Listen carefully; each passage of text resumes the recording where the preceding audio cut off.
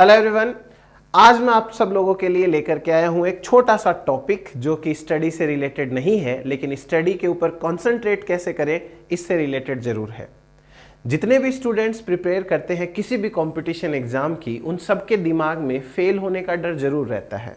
उनको लगता है कि हम इतनी मेहनत कर रहे हैं, कल को हमारा सिलेक्शन नहीं हुआ तो क्या होगा।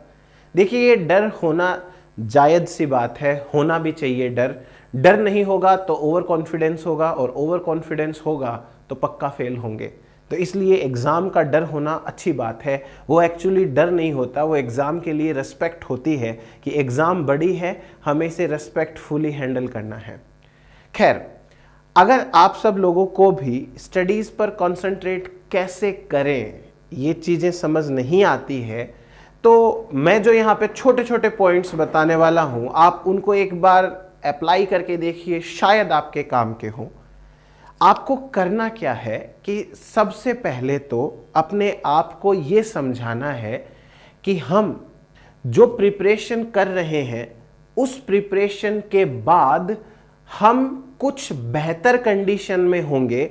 जो हमें चीज़ें आज नहीं पता, उनसे कुछ चीज़ें हमें बाद में पता चलेगी, तो हम किसी तरीके के लॉस में नहीं हैं।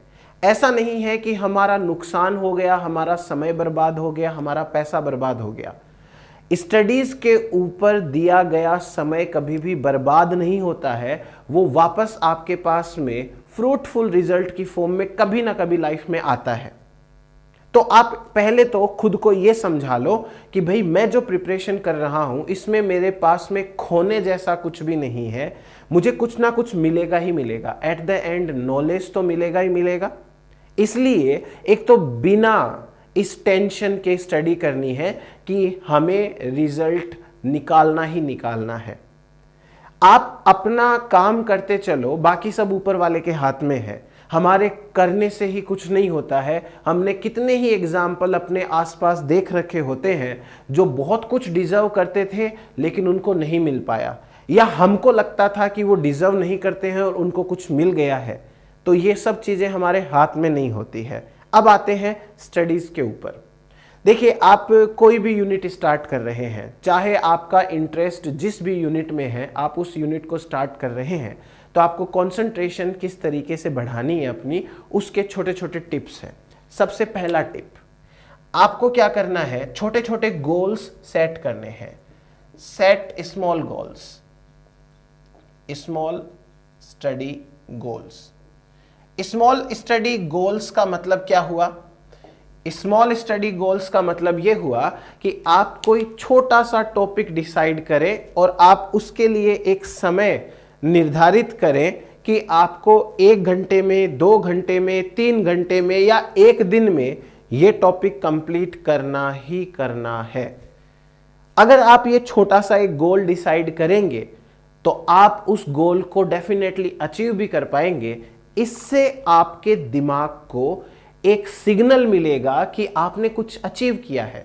ये छोटी सी पॉजिटिविटी जो है वो आपको नेक्स्ट गोल अचीव करने में बहुत मदद करेगी।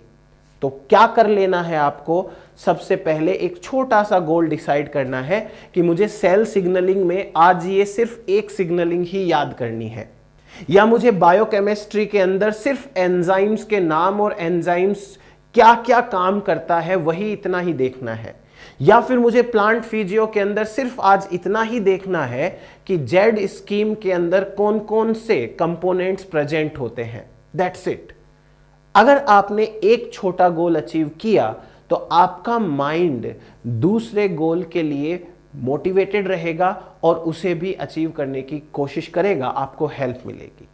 अब एक दिन आपने छोटा गोल डिसाइड किया, उसे अचीव किया, अगले दिन उससे थोड़ा सा ज्यादा बड़ा गोल डिसाइड कीजिए। कंटिन्यूटी बहुत जरूरी है। हमें 6 महीने तक छोटे छोटे गोल ही नहीं अचीव करने हैं, हमको ये जो है वो बढ़ाना है अपना, कि हम ज़्यादा बड़ा गोल डिसाइड करें, थोड़ा ज़्यादा स्टडी मटेरियल डिसाइड करें और उसको स्टडी करें, उसको याद करें। तो हमको वो करना पड़ेगा। तो दूसरा इंपॉर्टेंट पॉइंट क्या हुआ स्टडीज़ पे कंसंट्रेट करने का, कि कंटिन्यूटी रखनी है। Keep continuity. आपको ये रोज करना ही है। ऐसा नहीं है कि भाई आज रिलैक्स करते हैं, आज बिल्कुल नहीं पढ़ेंगे, नहीं। अगर आपका पढ़ने का अभी मन नहीं है तो आप पहले ही 1 दिन, 2 दिन, 5 दिन, 10 दिन, इवन 2 हफ्ते का ब्रेक ले लो और 2 हफ्ते तक टच भी मत करो किताबों को, नोट्स को, बिल्कुल रख दो उनको, किसी दूसरे कमरे में रख दो। 10 दिन तक आपके सामने किताबें भी नहीं आनी चाहिए। अगर आपको ब्रेक चाहिए तो आप ये अभी कर लो।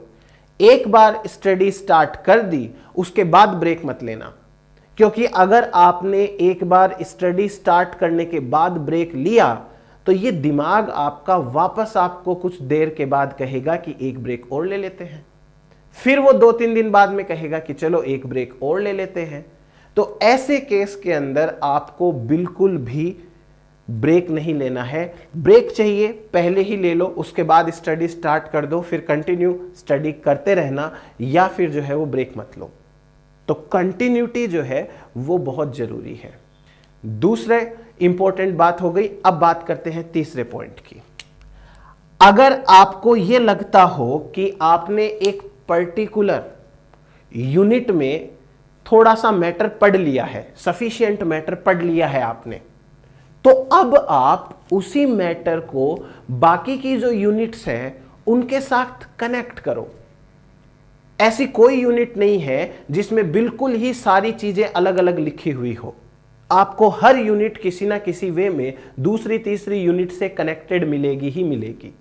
तो इससे आपका फायदा क्या होगा कि आपने सपोज करिए कि जैसे बायोकेमिस्ट्री पढ़ रखी है, बायोकेमिस्ट्री पढ़ना स्टार्ट किया और बायोकेमिस्ट्री पढ़ते पढ़ते आपने जो है वो प्रोटीन्स पढ़ लिए हैं, अमाइनो एसिड्स पढ़ लिए हैं, प्रोटीन की प्राइमरी, सेकेंडरी, टर्सरी स्ट्रक्चर्स पढ़ ली है।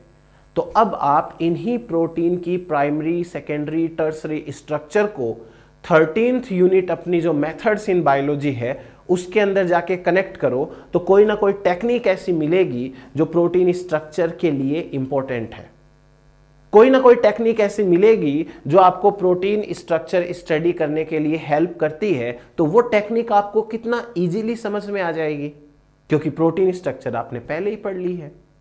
अगर आपने मान लीजिए कि प्लांट हॉर्मोन्स पढ़ रखे हैं, तो प्लांट हॉर्मोन्स को 12th वाली यूनिट में प्लांट टिश्यू कल्चर के अंदर लेके जाओ, वहां का टॉपिक है वो कनेक्ट करने की कोशिश करो।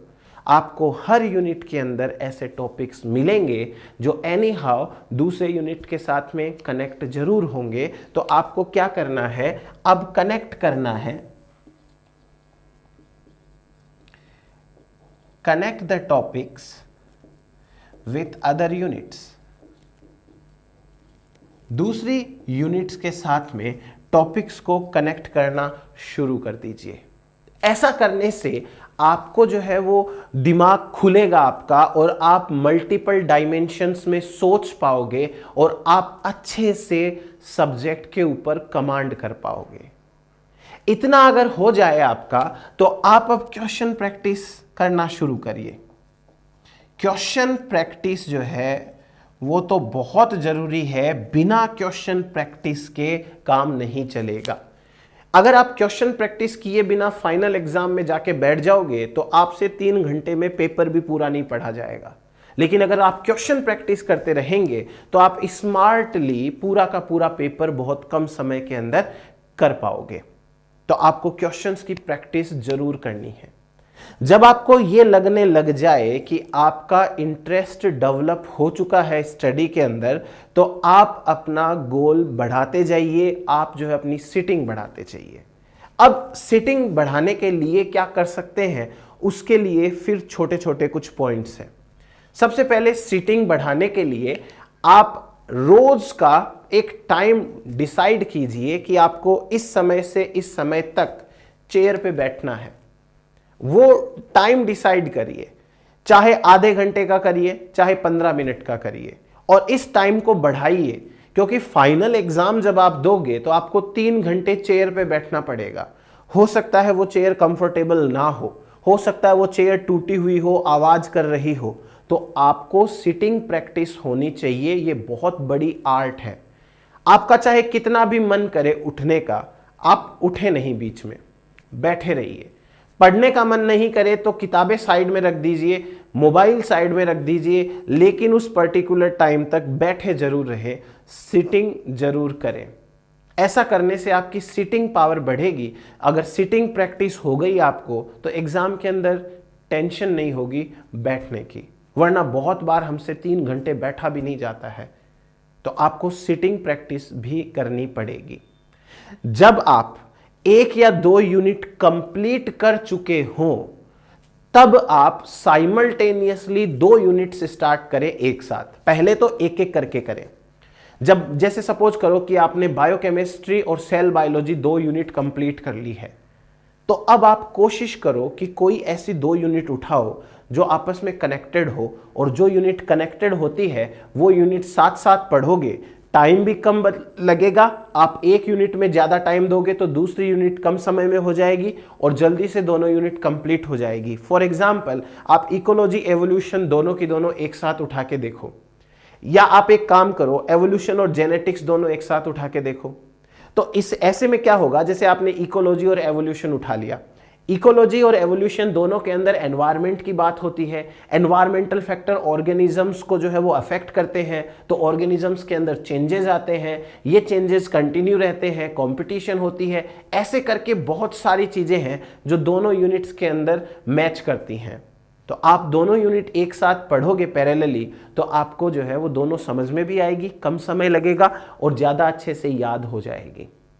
इसके बाद कोई और 2 यूनिट्स हैं वो कंपेयर करके पढ़ना स्टार्ट कर दीजिए। डेवलपमेंटल बायोलॉजी, सेल सिग्नलिंग पढ़ लीजिए। तो डेवलपमेंटल बायोलॉजी के अंदर कई सारे पाथवेज आते हैं, सेल सिग्नलिंग भी एक टाइप की, सेल सिग्नलिंग के अंदर भी कई सारे पाथवे हैं, तो आपको अच्छे से याद हो जाएगा। जब आप ये सब कर लें महीने 2 महीने तक कंटिन्यू, तो आप अब खुद को इवेल्युएट कीजिए कि जो आप 2 महीने पहले थे क्या अभी भी आप वैसे के वैसे ही हैं। फिर उसके बाद में आप रैंडमली क्वेश्चंस की प्रैक्टिस करना शुरू करिए कि जहां से भी क्वेश्चन दिखा एक बार करके देखा आपने। इससे क्या होगा कि आपको याद रहना ज़्यादा शुरू हो जाएगा, आप ज़्यादा समय तक याद कर पाओगे। और कभी भी आपको ये नहीं करना है कि एक यूनिट पढ़ ली तो उसको छोड़ दिया, फिर लास्ट में एग्जाम के टाइम ही देखेंगे, बिल्कुल नहीं। आपको जब कभी भी सही लगे, जब कभी पढ़ने का मन ना हो आपका, तो कोई पुरानी यूनिट है उसी को रिवाइज करने बैठ जाइए। देखो, मेहनत तो करनी पड़ेगी। किसी भी एग्जाम को क्लियर करने के लिए एग्जाम से पहले का कुछ समय होता है जिसमें प्रिपरेशन करनी पड़ती है, और इसे कहते हैं प्रोसेस। हर चीज का एक प्रोसेस होता है, उस प्रोसेस के थ्रू जाओगे तभी सक्सेस मिलेगी। और जिसने भी एग्जाम ये क्लियर किया है, मान के चलो वो भी इस प्रोसेस के थ्रू गया है, उसने भी ये प्रोसेस कंप्लीट करी है, उसने भी मेहनत करी होगी। तो डरने की जरूरत नहीं है, बट छोटी छोटी बातें हैं उनके ऊपर ध्यान दीजिएगा। अब अगर आपको लगता है कि कोई और ऐसा टॉपिक है छोटा मोटा जो मैं वीडियो के फॉर्म में आपके सामने रख सकता हूँ, इस तरीके का कोई नॉर्मल प्रॉब्लम हो, कोई जिसका हमको सॉल्यूशन चाहिए, पढ़ाई कैसे करनी है, नोट्स कैसे बनाने हैं, तो आप मुझे वीडियो के अंदर कमेंट करके बता सकते हैं। मैं पूरी कोशिश करूँगा कि आपकी हेल्प कर सकूँ वीडियो बना करके। थैंक यू सो मच, बने रहिए मेरे साथ जेनेटिक्स की यूनिट के अंदर। चलिए मिलते हैं नेक्स्ट लेक्चर के अंदर।